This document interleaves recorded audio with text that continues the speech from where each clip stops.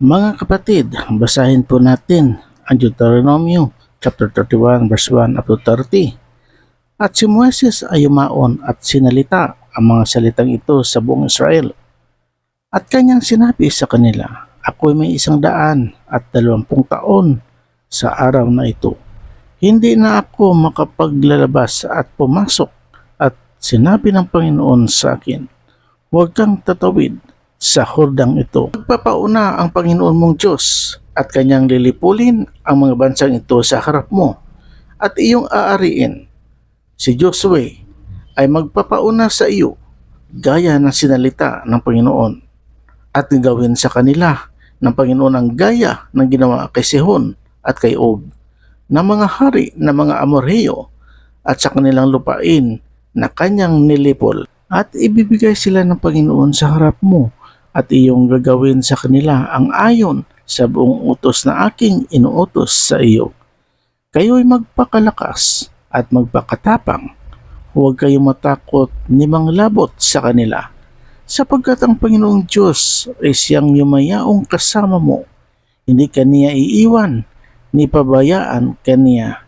At tinawag ni Moises si Josue at sinabi sa kanya sa paningin ng buong Israel, ikaw ay magpakalakas at magpakatapang, sapagkat ikaw ay ayaong kasama ng bayang ito sa lupain na isinumpa ng Panginoon sa kanilang mga magulang na ibibigay sa kanila, at iyong ipamamana sa kanila.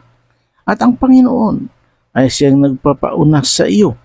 Siya ay sa iyo, hindi ka niya iiwan, ni pababayaan ka. Ikaw ay huwag matatakot, ni manglulupaypay. At isinulat ni Moises ang kautosang ito at ibinigay sa mga saserdote na mga anak ni Levi, na silang nagdadala ng kabanang tipan ng Panginoon at sa lahat ng matanda sa Israel.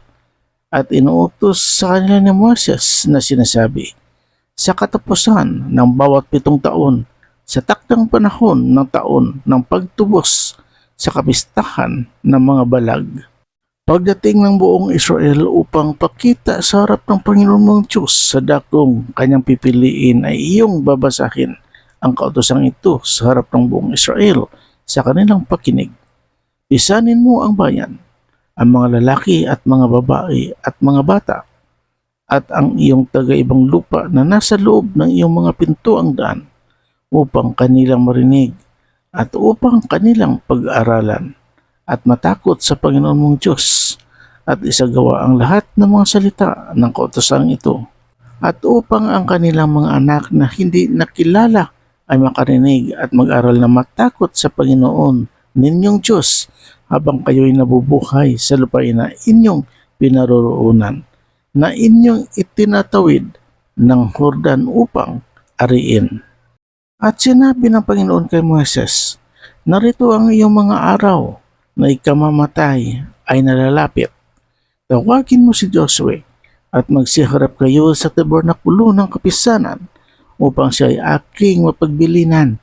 At si Moises at si Josue ay yumaon at humarap sa tabernakulo ng kapisanan.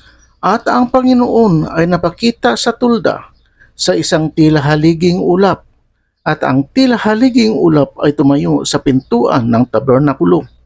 At sinabi ng Panginoon kay Moises, narito ikaw ay matutulog na kasama ng iyong mga magulang, at ang bayang ito babangon at sasamba sa kakaibang mga Diyos sa lupain na kanilang pinaroroonan, upang sumagitna nila, at ako'y pababayaan at sisirain aking tipan na aking ipinakipagtipan sa kanila. Kung maggagayoy ang aking galit, ay mag-aalab laban sa kanila sa araw na yaon, at aking pababayaan sila, at aking ikukubli ang aking mukha sa kanila, at sila'y sasakmalin, at maraming kasamaan at kababagabagan ang darating sa kanila, na ano pat kanilang sasabihin sa araw na yaon. Hindi ba ang mga kasamaang ito ay dumating sa atin dahil sa ang ating Diyos ay wala sa gitna natin? At ikukubli ko nga ang aking mukha sa araw na yaon dahil sa buong kasamaang kanilang ginawa sa parang sila ay pumihit sa ibang mga Diyos. Ngayon nga'y, sulatin ninyo sa ganang inyo ang awit na ito at ituro mo sa mga anak ni Israel. Ilagay mo sa kanilang mga bibig upang ang awit na ito'y maging saksi sa akin laban sa mga anak ni Israel. Sapagkat pagka sila'y naipasok ko na sa lupain na aking isinumpa sa kanilang mga magulang na binubukalan ng gatas at pulot, at sila'y nakakain at nabubusog at tumaba, ay pipihit nga sila sa ibang mga Diyos at paglilingkuran nila at ako'y lalabagin nila at sisirain ang aking tipan. At mangyayari na pagka ang maraming kasamaan at kabagabagan ay dumating sa kanila, ay magpapatutuo ang awit na ito sa harap nila na pinakasaksi, sapagkat hindi na malilimutan ng mga bibig ng kanilang binhi, sapagkat talastas ko ang kanilang iniisip na kanilang inaakala ngayon pa bago ko sila ipasok sa lupain na sinumpa ko. Kaya't isinulat ni Moises ang awit na ito ng araw dinyaon at ituro sa mga anak na Israel. At kanyang pinagbilinan si Josue na anak ni Nun at sinabi, ikaw ay magpakalakas at magpakatapang, sapagkat iyong ipapasok ang mga anak ni Israel sa lupain na isinumpa ko sa kanila, at ako'y sa iyo. At nangyari nang matapos ni Moises na masulat ang mga salita ng kautosang ito sa isang aklat, hanggang sa natapos, na nag-utos si Moises sa mga Levita na may dala ng kaban ng tipan ng Panginoon na sinasabi, kunin ninyo ang aklat na ito ng kautusan at ilagay ninyo sa siping ng kaban ng tipan ng Panginoon ninyong Diyos upang do'y maging pinakasaksi laban sa inyo. Sapagkat talastas ko ang iyong panghihimagsik at ang iyong matigas na ulo, narito, nabubuhay pa akong kasama ninyo sa araw na ito. Kayo'y naging mapanghimagsik laban sa Panginoon, at gaano pa kaya pagkamatay ko?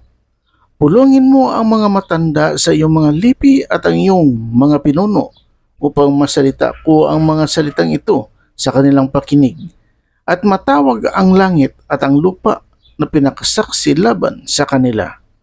Sapagkat talastas ko na pagkamatay ko, kayo'y mangagsisisama at mga liligaw sa daan na aking itinuro sa inyo, at ang kasamaan ay sasapit sa inyo sa mga huling araw, sapagkat inyong gagawin yaong masama sa paningin ng Panginoon, upang ipamungkahi niya kayo sa kagalitan sa pamamagitan ng mga gawa ng inyong mga kamay. At sinalita ni Moises sa pakinig na buong kapisanan ng Israel ang mga salita ng awit na ito hanggang sa manatapos. Purihin natin ang ating Diyos. Amen.